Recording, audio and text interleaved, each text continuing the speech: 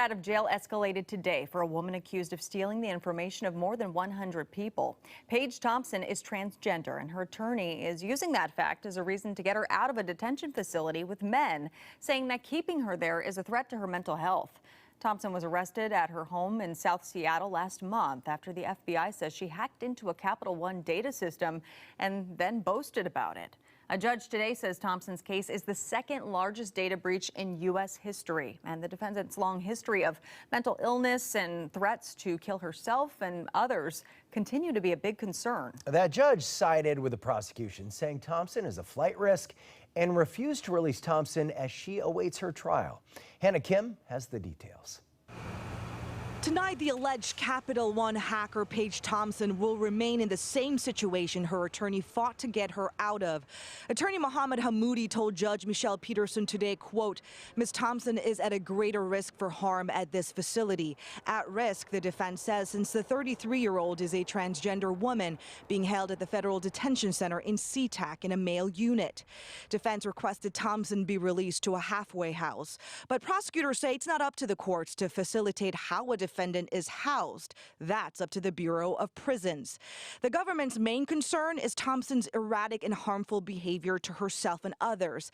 They also say a lack of a job and housing makes her a flight risk.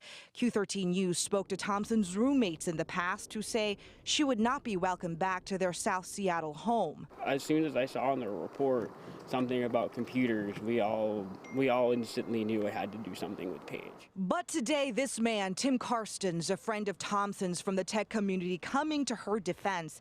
He says Thompson is not the tech mastermind the government is making her out to be, that she somehow breached 100 million Capital One accounts by randomly snooping around, that she didn't even know what to do with all the stolen information.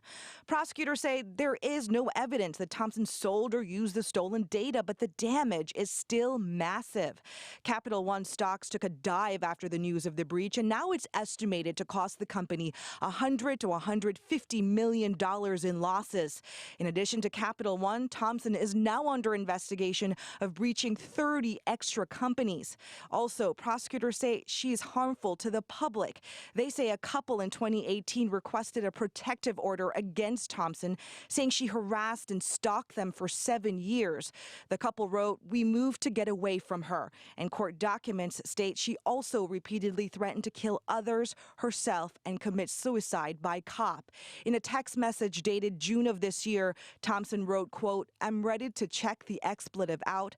I don't care if it's jail or death." In Seattle, Hannah Kim, Q13 News. The defense says they are